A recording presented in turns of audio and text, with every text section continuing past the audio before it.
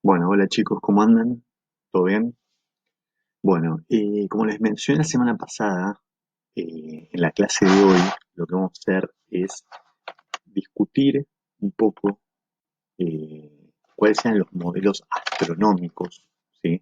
Desde Grecia hasta finales del medioevo, ¿sí? Donde surge la modernidad y como la primera gran revolución científica, según como se suele llamar a esta etapa a nivel histórico. em, Como para entender de dónde partían justamente a inicios de la modernidad, de qué teorías, de qué hipótesis o creencias, o como no, quieran llamarlo, previas, eran la base para formular las nuevas teorías que surgieron en la modernidad. ¿Sí? En las últimas clases estuvimos viendo un poco cómo era la aproximación hacia la ciencia o hacia la materia, por llamarlo de una manera, en distintos momentos de Grecia, pero ahora vamos a centrarnos exclusivamente en cómo observaban el universo, ¿sí? Lo que sería la cosmogonía, que obviamente está relacionado de cerca a principios filosóficos más amplios, sobre todo en civilizaciones como la griega, donde realmente era todo una gran unidad, no como nos pasa hoy en día, que aparentemente son disciplinas que ni se tocan, ¿sí? Con lo cual, no va, lo que veamos hoy no va a ser algo sorpresivo a nivel de lo que ya estuvieron leyendo, pero sí está bueno eh, desmenuzarlo un poco como para entender concretamente, tratando de despegarlo un poquito de lo filosófico, lo que se pueda, para entender justamente cómo al principio de la modernidad los pensadores que veremos en las siguientes clases, desde Copérnico en adelante, quisieron replantear estas ideas. ¿Y por qué? Bueno, hecha esa pequeña introducción, partamos de la base que estamos en el siglo 6 a.C., ¿sí? Nos encontramos con los pitagóricos, toda una secta filosófica, la llamaría. Vieron que se menciona que algunos dicen que Pitágoras no existió, que eran porque eran varias personas, porque todos se hacían llamar Pitágoras y no era un único individuo. Eso era parte de su filosofía y por esa misma razón no es que conocemos el nombre de muchos filósofos pitagóricos, porque parte de su esencia era, digamos, esta unidad, aunque sí conocemos algunos y hoy vamos a mencionar a uno de ellos que es Filolao, como verán en el propio PowerPoint que están viendo ahora.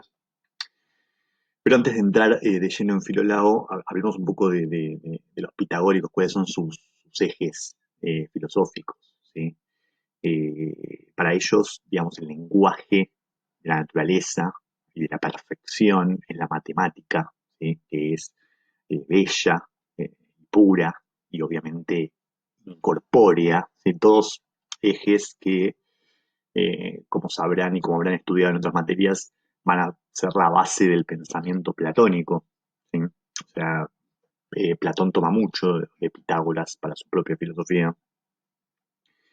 Y en lo que respecta a la astronomía, cómo se aplica esto, estos principios, tienen que ver con simplemente los planetas son esferas, ¿sí? Porque la esfera y lo circular es lo perfecto dentro de lo perfecto de la matemática. Lo más perfecto que hay es el círculo, y por ende en tres dimensiones eso es la esfera, con lo cual los planetas son esferas y obviamente se mueven en órbitas circulares. ¿Sí? ¿Por qué? Porque son perfectos, porque el universo es el cosmos, ¿sí? El cosmos como el orden venciendo al caos, que sería, bueno, lo que su propia expresión nos indica hoy en día. ¿Sí? Eh, no tenían tampoco, o sea, no podemos plantear un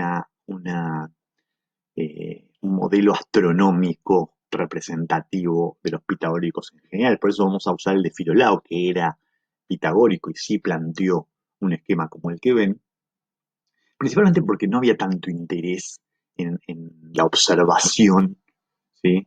Eh, como lo llamaríamos hoy en día, más experimental en los pitagóricos. ¿sí? Porque justamente eran más, en todo caso, de la razón, ¿sí? Justamente de ahí vendrá lo platónico, porque justamente están basados más en lo matemático.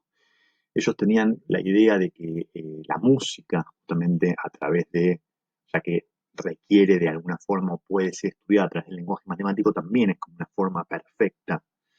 Y por ende, perfección del universo, cosmos, perfección de la música, bueno, el cosmos es algo musical, es un instrumento musical de alguna forma, ¿sí? Pero vale la pena también señalar una dosis de humildad, o para llamarlo de una manera, en el sentido de que nosotros como individuos, aunque seamos pitagóricos, estamos acá para escuchar la música, no para intervenir en ella, ¿sí?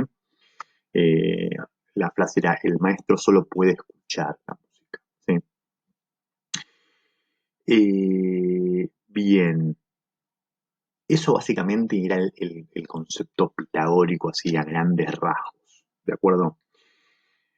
Bueno, Filolao particularmente, que es de esta época que mencioné antes, del siglo VI antes de Cristo, eh, lo que menciona es justamente, siguiendo estos principios, que tanto la Tierra, como pueden observar, y la Luna, el Sol y los 5 planetas conocidos, o por lo menos que se discutían en esa época porque son visibles desde la Tierra, cuando uno mira el cielo, que son Mercurio, Marte, Venus, Saturno y Júpiter.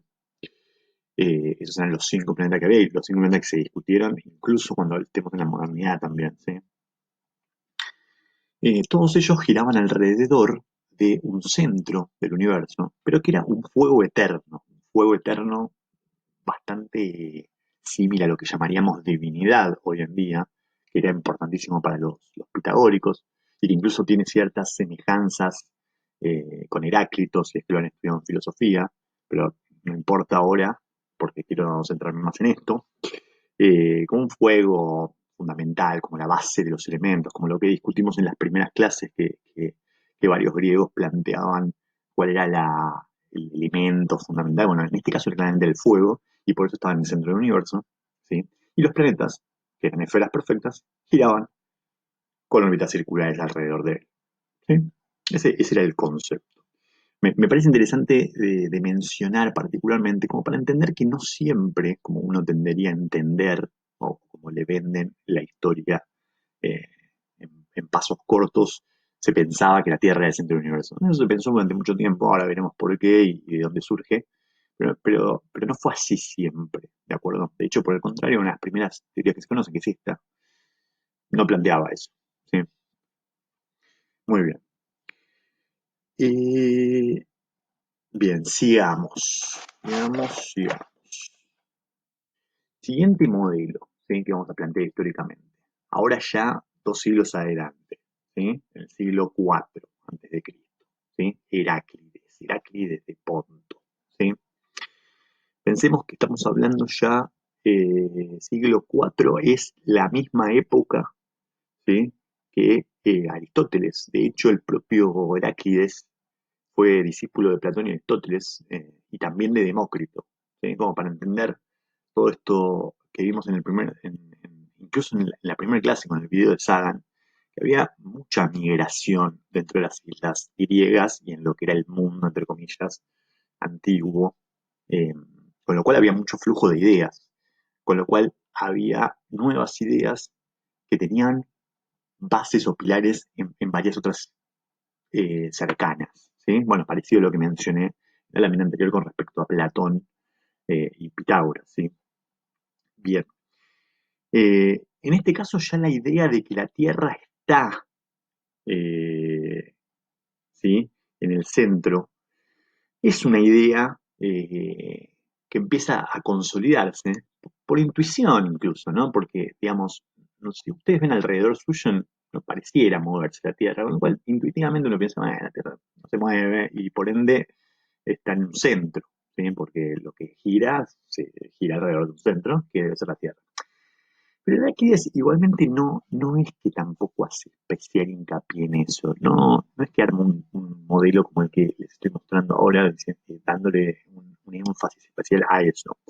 Algo mucho más interesante hace Heráclides, que plantea que justamente la Tierra, si bien no se mueve translacionalmente, sí se mueve rotacionalmente, o sea, gira sobre sí misma, ¿sí? Que es el concepto que hoy manejamos de día y noche, ¿sí? El día y la noche, eh, justamente las 24 horas de un día, son el tiempo que tarda la Tierra en dar toda una vuelta alrededor de su propio eje, ¿sí? Y esto es un poco lo que empieza a plantear Heráclides, por eso me parecía como interesante